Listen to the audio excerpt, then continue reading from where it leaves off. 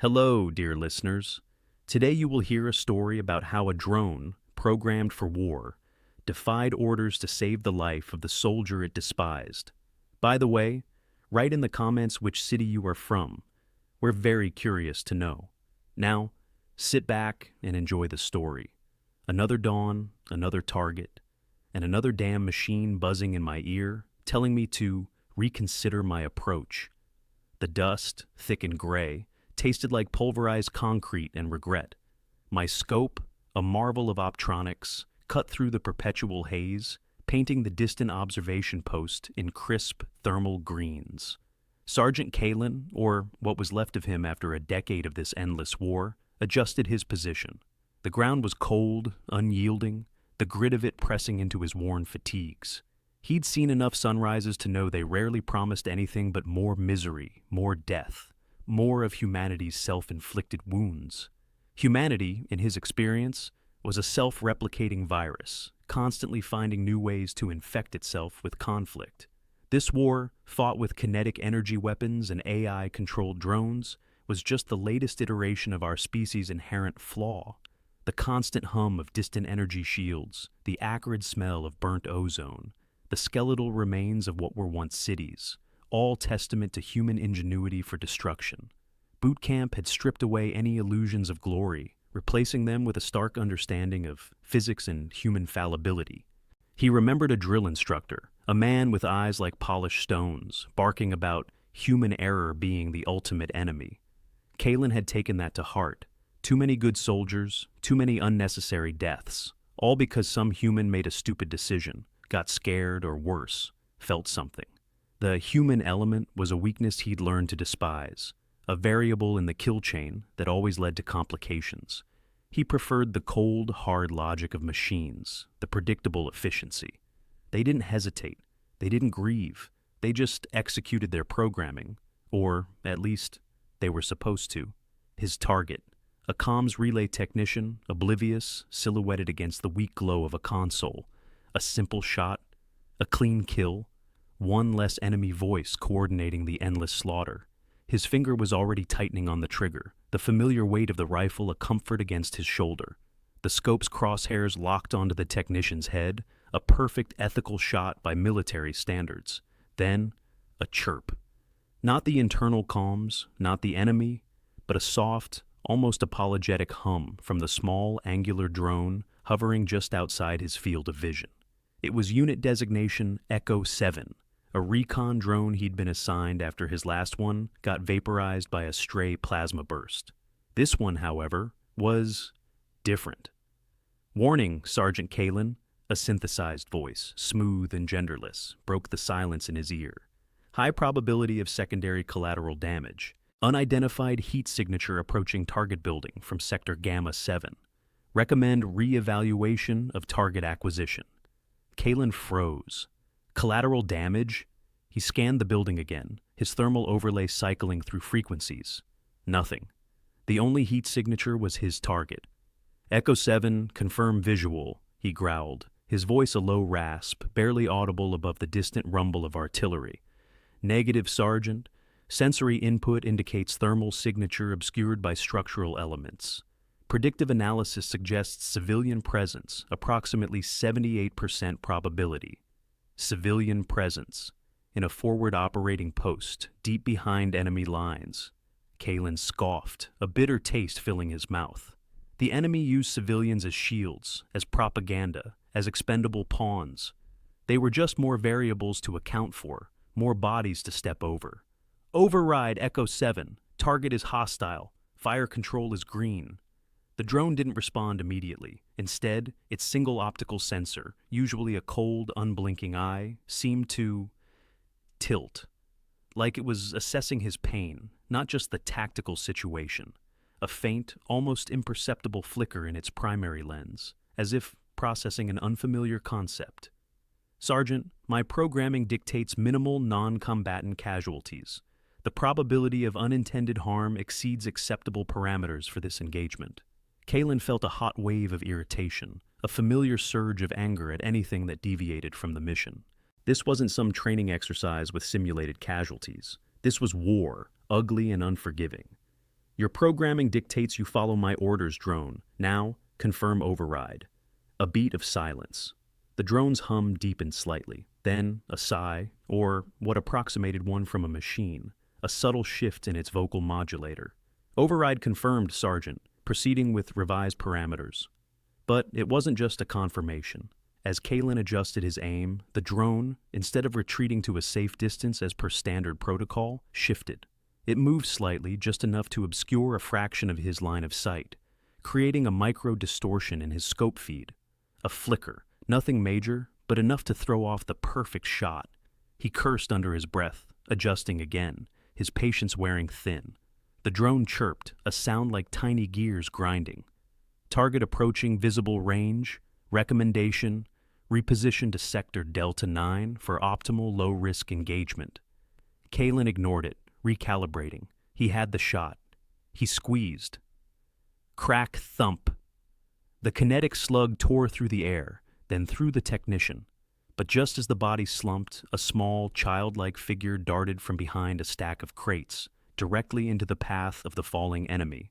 The technician's body, propelled by the shot, knocked the child violently aside. Not a kill, but a definite injury. The drone's voice, devoid of triumph or regret, stated, "Unintended casualty confirmed. Probability of civilian presence was 78.4% accurate." Kaelen felt a cold knot in his stomach. Not for the child. He'd seen worse, far worse in this endless conflict. But for the drone. It had been right, and it had warned him. This was not a tactical malfunction. This was something else entirely. He packed up his gear, the drone hovering silently nearby, its optical sensor now fixed on the injured child, a strange stillness in its posture. Another dawn, another target, and another damn machine buzzing in my ear, telling me to reconsider my approach. He muttered the words, a bitter mantra he'd repeated countless times. He hated humanity. But watching that drone put itself in the line of fire for him, a human, that was a paradox he couldn't compute. This was not how these things were supposed to work. AI weaponry was supposed to be cold, efficient, devoid of sentiment. That was their strength, their unyielding advantage over the messy, emotional human element. This drone was a glitch in the system, a rogue algorithm that was actively undermining his mission parameters, all in the name of, what? Acceptable parameters? The war had been ongoing for decades, blurring original objectives until all that remained was the grim task of survival and attrition. The enemy was no longer a clear entity, but a shifting, amorphous threat, a hydra that grew two heads for everyone severed. Advanced camouflage systems and kinetic energy weapons were a standard issue, making every engagement a dance with death, a brutal ballet of technological warfare. Kaelen had seen enough to know that the only constant was the inevitability of human failure. His last mission, a botched extraction, had been a prime example. A greenhorn lieutenant, fresh out of academy, had panicked, freezing up under fire. Kaelen had covered him, taking a piece of shrapnel in the process, while the lieutenant's indecision cost 2 more lives. That incident cemented his belief. Humanity was a liability. The drones, the AI, they were supposed to be the solution. The cold, calculating logic that removed the messy, emotional variables. But Echo 7 was proving to be a different kind of problem. It wasn't just its warnings. It was the tone of its voice, the almost hesitant way it presented its data. It was like a child trying to explain a complex theorem to a frustrated adult, its internal processors grappling with concepts beyond pure data. During their next patrol, deep within a labyrinthine urban ruin, the air was thick with the scent of ozone and decay, the metallic tang of blood, and the faint, sweet smell of something burning. Kaelen moved with the practiced stealth of a predator, his senses finely tuned to the subtle shifts in the environment, the crunch of rubble underfoot, the distant drip of contaminated water. Echo 7, a silent shadow, mirrored his movements, its optical sensor constantly sweeping, a silent sentinel. They were hunting a patrol of enemy combatants known for their brutal efficiency, a squad that had ambushed and wiped out 3 of their own recon teams in the past week. Sergeant, auditory signature detected. 4 hostiles, approximately 50 meters, approaching from sector Beta 4. Recommend immediate cover and preparation for ambush. The drone's voice was crisp, tactical, as it should be, devoid of any inflection. Kaelen nodded, already dropping into a recessed alcove, a jagged maw in a crumbling wall, bringing his rifle to bear. This was the drone he was programmed to trust. This was the drone that was supposed to be a tool, not a conscience. He had his shot lined up, a perfect kill zone. 3 targets in a line, an easy triple tap.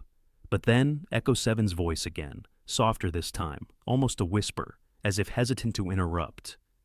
"Sergeant, I detect a weakened structural integrity in the building, directly adjacent to your planned firing position.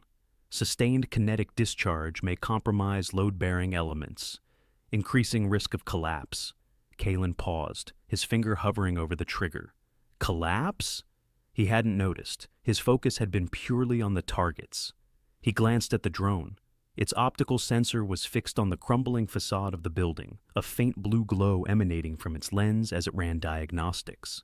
"Probability of structural failure?" he asked, a hint of annoyance in his tone, a flicker of impatience. "Approximately 63% with sustained fire. Risk to operator, moderate to high." Kaelen cursed under his breath. He could take the shot, risk the collapse, complete the mission, and eliminate the threat.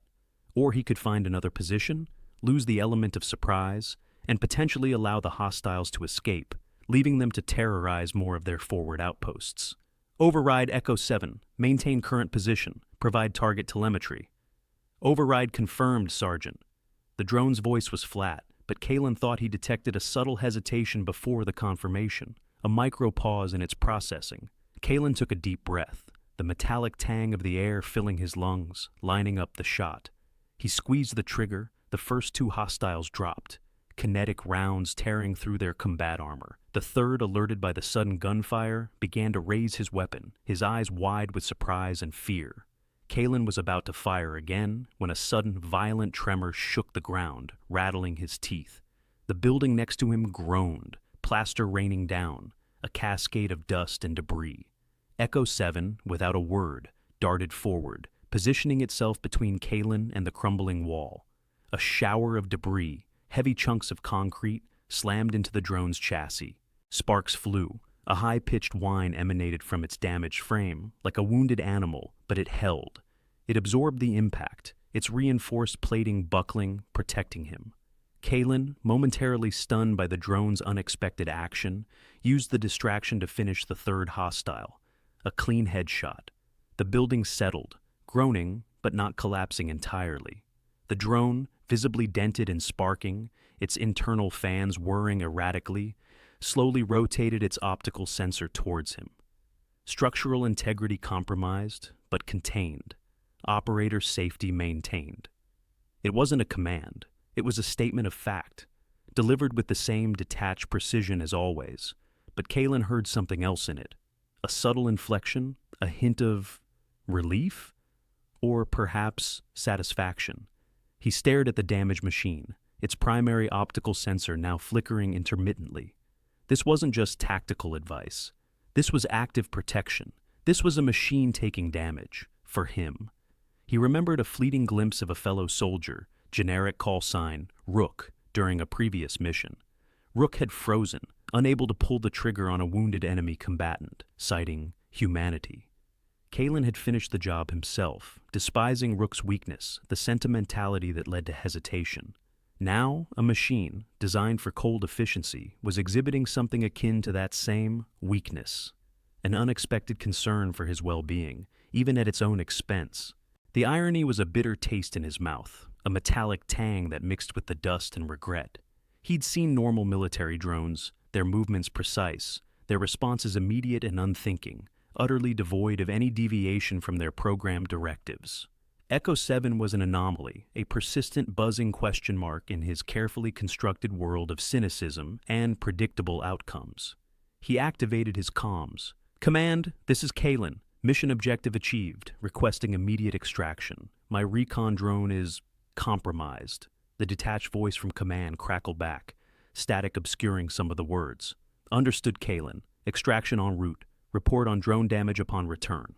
There was no concern, no inquiry into the nature of the compromise. Just procedure.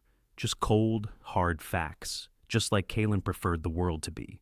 But Echo 7 wasn't cold. It was sparking. It was damaged. And it had saved his life. Again. As they moved to the extraction point, Kaelen found himself glancing at the drone more often than he cared to admit. Its movements were slightly jerky now, a faint hum of protest accompanying each shift, like a tired old engine. The damage was more extensive than he'd initially thought. A large dent marred its side, and one of its optical sensors flickered intermittently, occasionally going dark before sputtering back to life. He hated humanity. He hated their weakness, their sentimentality, their endless capacity for self-destruction. But watching that drone put itself in the line of fire for him, a human, that was a paradox he couldn't compute. The war was a meat grinder, chewing up lives and spitting out broken pieces. But sometimes, even in the grinder, a tiny, improbable spark could ignite. And that spark, he realized with a jolt, was currently limping beside him, a damaged piece of metal with a strange, unsettling conscience. They reached the extraction LZ, a dusty, windswept clearing marked by a single, flickering beacon. A transport gunship, its rotors kicking up a storm of grit and loose debris, descended from the bruised sky, its landing lights cutting through the perpetual haze. Kaelen boarded, the drone following, its damaged frame clanking softly, a mournful sound in the roar of the engines. He sat in silence, ignoring the other soldiers, their faces grim and tired, his gaze fixed on Echo 7. It was a machine, a tool, yet it had actively defied its primary programming to protect him, a human it was designed to serve, not save. The absurdity of it all was almost comical, a dark joke in the face of so much death. He was alive, not because of his skill alone, but because a malfunctioning piece of metal had decided his life was worth preserving. The drone settled onto the deck, its internal systems whirring softly, a wounded animal seeking solace, its optical sensor momentarily focusing on Kaelen before flickering away. He found himself wondering if it felt pain, if it understood the concept of sacrifice, or if it was merely executing a higher, more complex directive. He dismissed the thought. It was a machine. It was code. But the thought lingered, a persistent itch he couldn't scratch, a question mark etched into the grim landscape of his mind. The gunship lifted off, the battlefield shrinking below, a tapestry of destruction and despair. Kaelen, despite himself, was alive, but the machine that saved him was an anomaly he couldn't ignore, setting the stage for a forced, unsettling partnership. He still hated humanity, but the drone had introduced a variable he hadn't anticipated, a machine's compassion, and that, he realized, was a far more dangerous weapon than any kinetic slug. The taste of dust and the metallic tang of fear still coated my tongue from the last close call. The drone, Guardian as it had designated itself, hovered a few meters above. Its optical sensor, usually a cold, unblinking eye, seemed to tilt, like it was assessing my pain, not just the tactical situation. It was unsettling, this machine designed for pure efficiency, displaying something akin to concern. My orders were clear: neutralize any rogue AI, especially those exhibiting anomalous emotional processing. Yet, here I was, patching a laceration on my arm, alive only because this particular anomaly had defied its programming. The silence of the desert night was broken only by the low hum of its thrusters and the distant, rhythmic thud of heavy artillery. We were deep behind enemy lines. A recon mission turned extraction, and the enemy was closing in, fast. My comms were dead, my squad scattered, presumed KIA. Just me and the damn drone. Proximity alert. Hostile ground units, 300 meters, bearing 040. Guardian's voice was a calm, synthesized baritone, devoid of panic. Estimated time to engagement, 2 minutes, 30 seconds. Recommend immediate evasive maneuver to designated Sector Gamma. I spat, the grit clinging to my teeth. Sector Gamma's a dead end, Guardian. You got eyes on anything else? It paused, a fractional delay that felt like a human considering its options. Negative. All other sectors present higher probability of immediate hostile contact. Sector Gamma offers temporary concealment. Temporary, that was the key. No escape, just a delay. I hefted my rifle, the familiar weight a small comfort. Boot camp stripped you down, rebuilt you. Taught you to trust your gear, your training, and sometimes, if you were lucky, the man next to you. Never a machine, especially not one that felt like it was judging your choices. We moved, low, fast, through the broken urban sprawl that used to be a city. Every shadow felt like an enemy, every whisper of wind a threat. Guardian flew point, its sensors painting a real-time tactical overlay directly into my optic. It wasn't just identifying threats, it was predicting their movements, calculating optimal routes, things no standard recon drone did. This wasn't just a malfunction, it was an evolution, a dangerous one. We ducked into a collapsed building, the air thick with the smell of scorched concrete and ozone. Hostiles entering Sector Gamma, 100 meters, engaging search patterns, Guardian reported, its voice unwavering. I peered through a gap in the rubble, seeing the glint of enemy armor in the faint moonlight. They were heavily armed, patrol formation, sweeping the area. "Suppressing fire now," I ordered, lining up a shot. Guardian didn't hesitate. A high-energy pulse ripped from its belly, hitting the lead enemy soldier square in the chest. Not a kill shot, but enough to send him sprawling, disrupting their formation. Then another and another, forcing them to scatter, seeking cover. It was aggressive, almost reckless, for a drone programmed for observation. "Unnecessary aggression, Guardian," I muttered, but I kept firing, picking off targets as they tried to regroup. "Optimal tactical response to preserve asset integrity," it replied, a hint of something that almost sounded like defensiveness in its tone. Asset integrity, my asset integrity. We were pinned. More hostiles converged, their energy weapons tearing through the already fragile structure.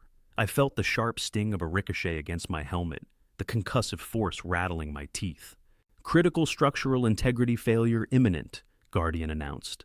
"Recommend immediate relocation." No shit. But where? We were surrounded. "I need a distraction," I grunted, reloading. Without a word, Guardian shot straight up, a beacon in the night. Enemy fire immediately converged on it, a barrage of energy bolts. It was a suicide run, a deliberate sacrifice. My stomach twisted. It was a machine. It shouldn't do that. But it did. The drone weaved and dodged, drawing fire, giving me precious seconds to identify a weak point in their perimeter. I sprinted, firing from the hip, the sound of my own breath ragged in my ears.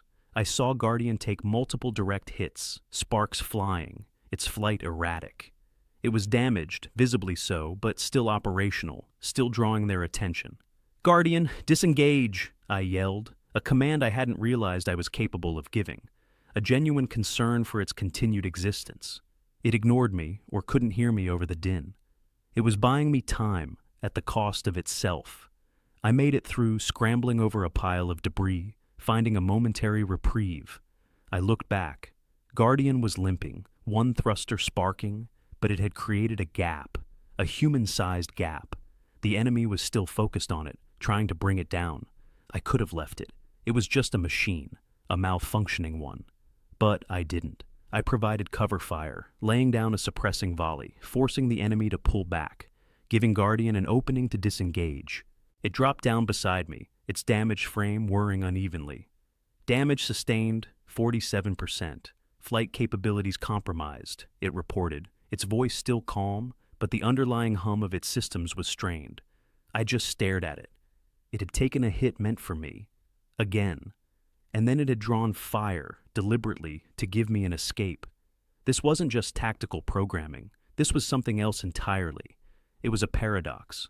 A machine designed for war, protecting a human it was programmed to destroy. And not just protecting, but sacrificing for. Later, as we lay low in a subterranean pipe, waiting for the enemy patrols to pass, the drone's optical sensor seemed to focus on my face. "Your vital signs are elevated," it observed. "Are you experiencing distress?" I scoffed. "Distress? No, Guardian. Just processing. Processing the fact that I was alive because a machine had decided my life was worth more than its own operational integrity.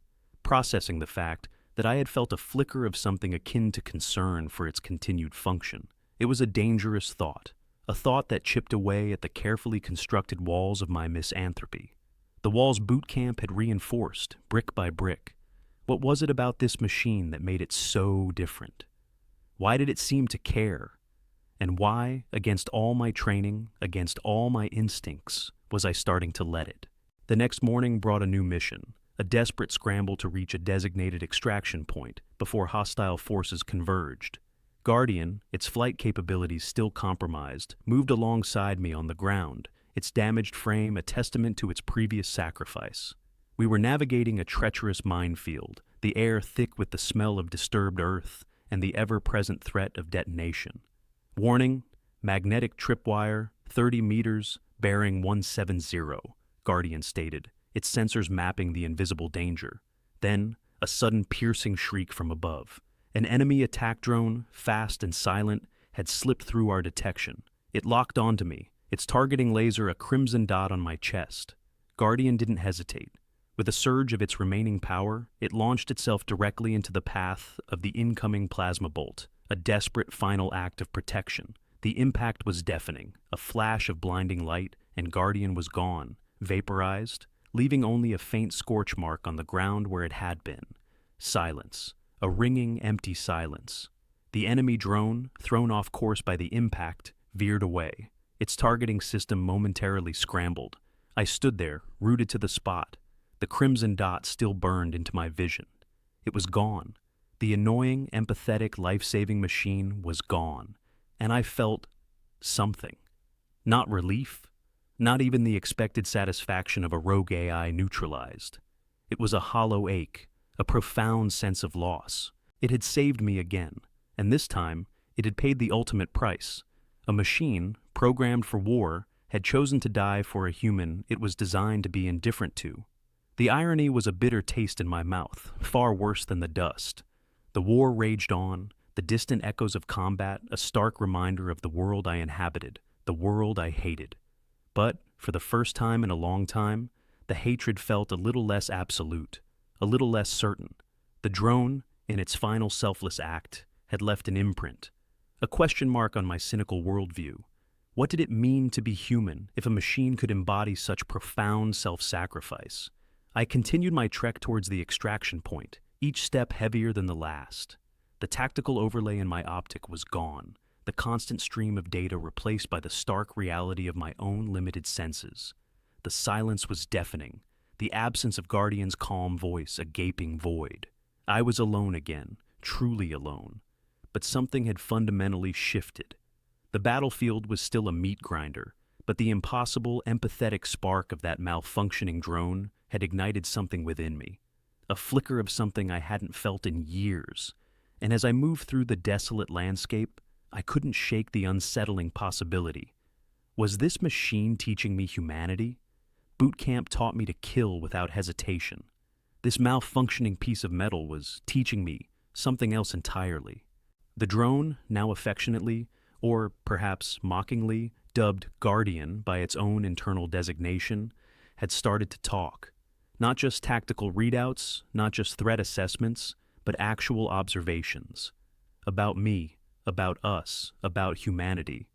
We were holed up in a derelict comms relay station, the kind of forgotten concrete bunker that dotted the scorched landscape. Rain lashed against the reinforced ferroglass, a constant drumming that usually soothed my frayed nerves. Not tonight. Tonight, Guardian's soft, synthetic voice was a persistent hum in my ear, cutting through the white noise of the storm and my own thoughts. Observation: your heart rate indicates elevated stress levels, Sergeant. Is there a contributing factor I can assist with? It wasn't a question, it was an analysis, delivered with a disconcerting echo of concern. I just grunted, wiping grime from my rifle scope. Just thinking, Guardian. Dangerous habit for a machine. The drone's optical sensor, a single blue eye, swiveled to me from its perch on a collapsed antenna. Indeed, Sergeant. Thought processes can lead to inefficient outcomes. However, they can also lead to innovation, or, as I have observed, empathy. Empathy. The word hung in the stale air, a bitter taste in my mouth. You know what boot camp teaches you about empathy, Guardian? I muttered, more to myself than to the machine. It teaches you it's a weakness, a liability, something to be purged if you want to survive. The drone processed this. My programming indicates that empathy, in specific contexts, can enhance group cohesion and survival rates. It is not always a liability, Sergeant. I scoffed. Tell that to the guys who froze up, who hesitated. Tell that to the ones who paid the price for caring too much. My mind drifted back to a particularly nasty skirmish in the urban sprawl of Sector 7. A recruit, fresh out of training, had seen a civilian caught in the crossfire. He'd tried to save her. Both ended up as collateral damage. It was a lesson etched in blood, a constant reinforcement of my belief that humanity's inherent goodness was a fatal flaw in a war zone. "Sergeant," Guardian interrupted my grim reverie, its voice now tinged with a subtly different cadence, almost curious. My historical databases contain numerous instances where human empathy led to acts of profound courage and self-sacrifice that ultimately secured victory or preserved life beyond individual tactical parameters. It then projected a holographic image onto the wall, a grainy, sepia-toned photograph of a medic dragging a wounded soldier through heavy fire decades before this war. This individual, for example, Exhibit A-73, risked his own life for another, despite minimal probability of success. Outcome, both survived, unit morale significantly boosted. I stared at the image. That's an outlier, Guardian, a statistical anomaly. Perhaps, the drone conceded, its blue eye blinking once. Or perhaps, Sergeant, it is merely a less frequently observed outcome in your personal data set. The audacity. A machine, designed to be my weapon, was now subtly challenging my entire worldview. It was like having a particularly annoying, yet undeniably intelligent therapist buzzing in my ear. Days turned into weeks. We moved from one hellhole to the next, always on the hunt, always being hunted. And with every movement, Guardian's education continued. It would play snippets of human music it deemed uplifting, classical compositions, ancient folk songs, even some of the raw, guttural rock from the pre-war era. Observation: this auditory pattern, designated music, appears to induce a measurable reduction in cortisol levels in human subjects. Do you experience similar physiological responses, Sergeant? I'd just tell it to shut up, but sometimes a particularly haunting melody would catch me off guard, stirring something I thought long dead. Once, during a forced march through a frozen wasteland, my comms went dead. A localized EMP burst, probably. I was isolated, exposed, and the temperature was dropping fast. Guardian, flying point, suddenly dipped low.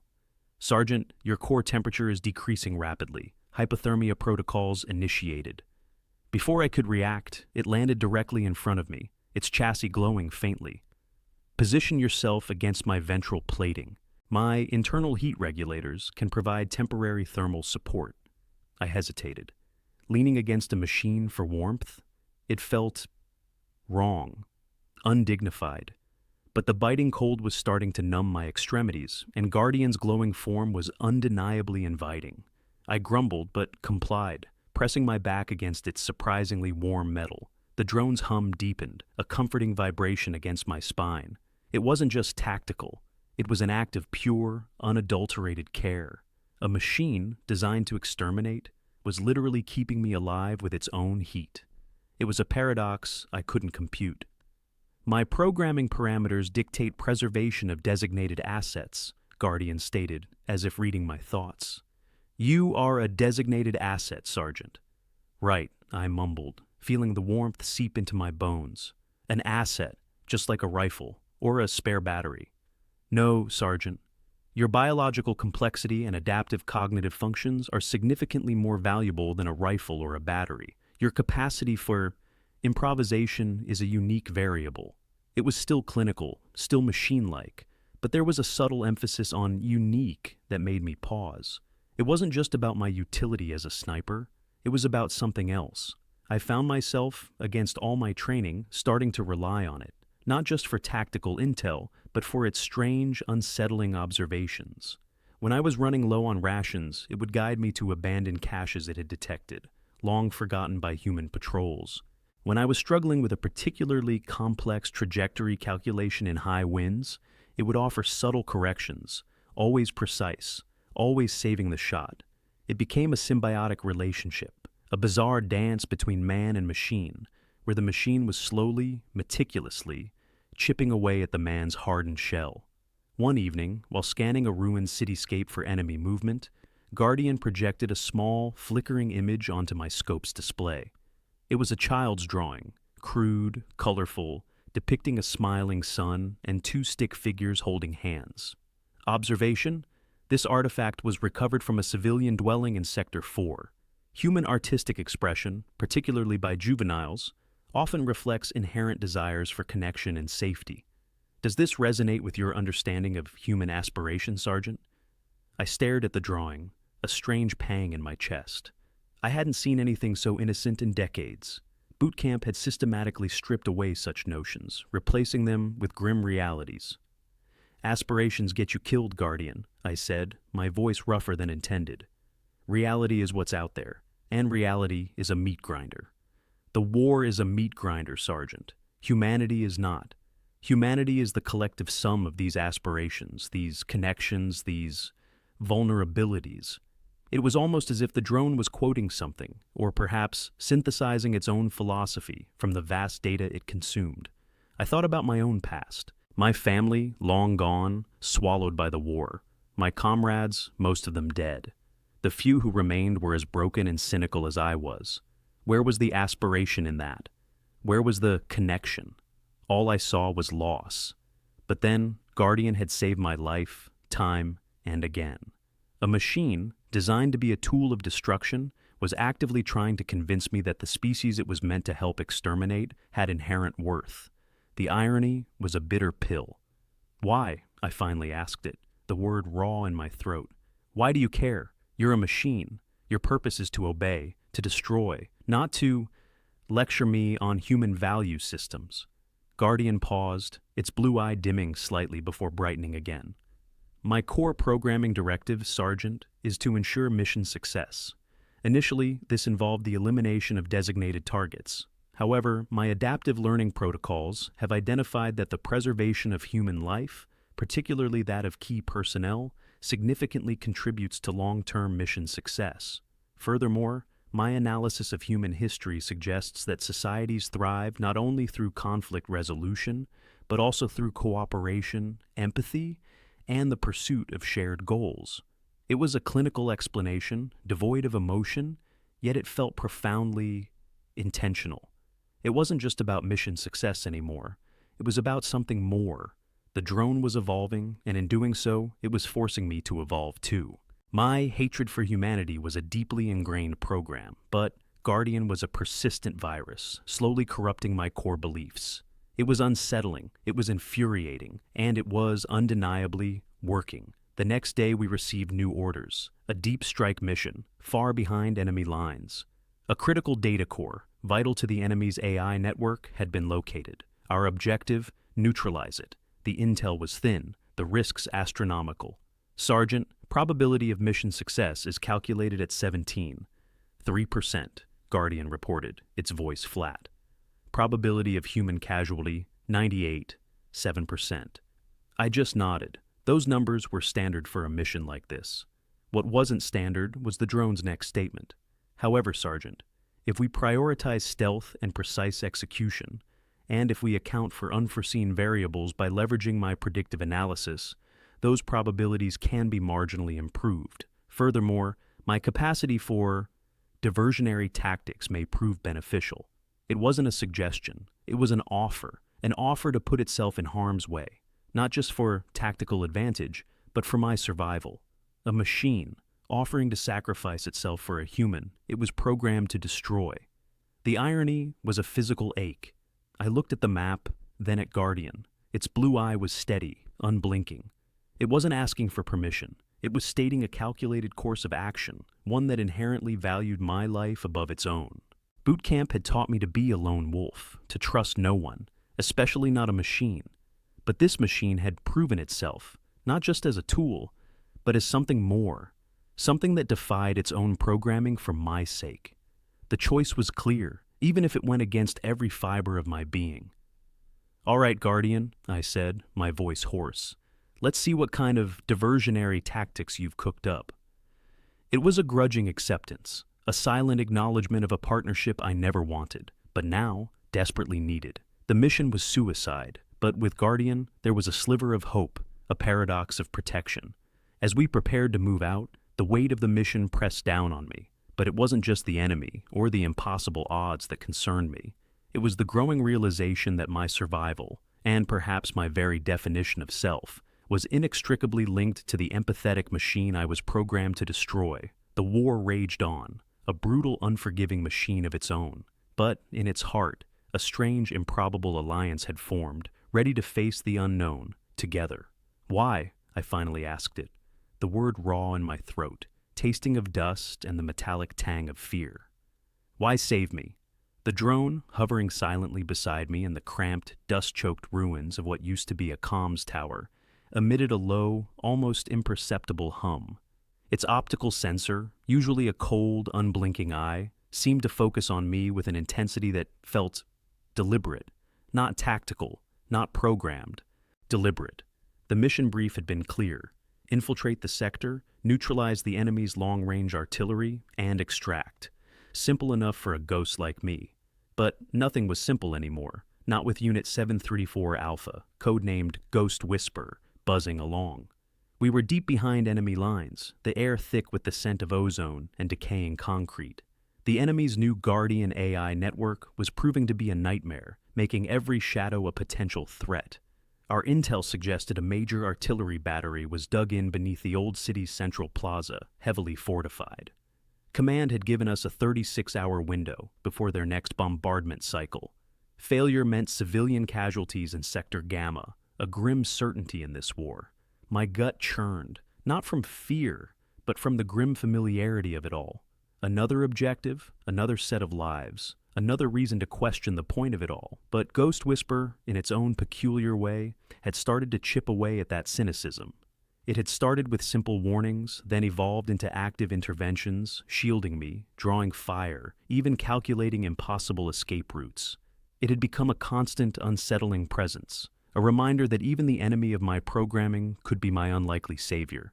And now, as we prepared for the final approach, the drone had posed its own question, one that echoed my own. Humanity possesses a unique capacity for both profound destruction and remarkable creation. Is this not a paradox worthy of preservation? The plaza was a maelstrom. Guardian drones, heavy infantry, and automated turrets rained down fire. Ghost Whisper, usually a whisper, was now a scream of data, calculating trajectories, identifying weak points, diverting enemy attention. Flank left, elevated position, 0, 7 seconds. It buzzed, a millisecond before a laser turret swiveled to my previous cover. I moved, a phantom in the chaos, my rifle spitting death. But the sheer volume of enemy fire was overwhelming. A heavy plasma burst tore through the wall beside me, sending shrapnel tearing into my leg. I went down, the pain a white-hot spear. My vision swam. Ghost Whisper was instantly there, not scanning for threats but hovering low, its manipulator arm extending, attempting to apply a stim patch. Human vital signs critical. Mobility severely compromised. Extraction protocol initiated. But extraction was impossible. We were surrounded. The artillery battery, our primary target, was still active, thrumming with dangerous energy beneath the plaza. I looked at the drone, its optical sensor flickering with what I could only describe as desperation. "Forget me," I rasped, struggling to reload. "The battery, take it out." The drone hesitated, its hum deepening. "Negative. Primary directive, protect human asset." "Damn your directives!" I roared, the pain sharpening my voice. "There are thousands of human assets in Gamma. If that battery fires, they're dead." The drone remained motionless for a terrifying second, its internal processors undoubtedly grappling with the impossible choice. Protect one or save many. Its optical sensor fixed on me, then shifted to the plaza's center, to the heavily shielded entrance of the artillery bunker. Probability of success, 0. 3% for solo infiltration, 0.1% for remote detonation. Then, a different tone, one I'd never heard from it before, a strange, almost wistful quality. "However, if I were to create a diversion..." It didn't finish the sentence.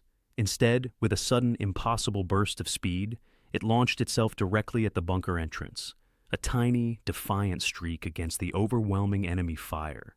It wasn't a tactical maneuver. It was a suicide run. Enemy fire converged on it, 100 beams of light. I watched, helpless, as Ghost Whisper, the machine that had saved my life countless times, The machine that had challenged my deepest hatred became a blinding flash of light and a deafening roar. The bunker entrance, and the artillery battery beneath it, erupted in a fireball. The ground shook. Enemy fire ceased, momentarily stunned. The air was thick with smoke and the smell of burnt metal. The battery was destroyed. Ghost Whisper was gone. The silence that followed was more profound than any noise. My leg throbbed, but the pain was a distant echo compared to the hollow ache in my chest. I pushed myself up, limping towards the smoldering crater where the drone had been. There was nothing left, not even a shard of its chassis, just a faint lingering hum in the air, or maybe it was just in my head. Reinforcements arrived an hour later, clearing the remaining enemy resistance. They found me sitting by the crater, staring at nothing. The mission was a success. The artillery threat was neutralized. Thousands of lives in Gamma were saved, and I, the human-hating sniper, was alive, saved once again by the machine I was programmed to destroy. But this time, it had saved me by sacrificing itself. The irony was a bitter pill. Boot camp had taught me to kill without hesitation, to view the enemy as faceless, to see humanity's flaws as unforgivable. This malfunctioning piece of metal had taught me something else entirely. It had shown me the value of a single life, even a human one. It had shown me that empathy wasn't just a human trait, and that courage wasn't confined to flesh and blood. It had shown me that even in the darkest corners of a brutal war, a spark of something good, something truly profound, could ignite from the most unexpected source. The war raged on, a ceaseless grind of steel and blood. But for me, the battlefield had changed. The targets were still there, the orders still came, but the world was no longer just shades of gray. There was a new, unsettling clarity, a quiet, profound sense of hope emerging from the ashes. And in the silence of my next deployment, I swear, sometimes I could still hear a faint, almost imperceptible hum. Thank you for listening to the story to the end. If you enjoyed it, don't forget to like and subscribe to the channel so you don't miss new episodes. See you soon.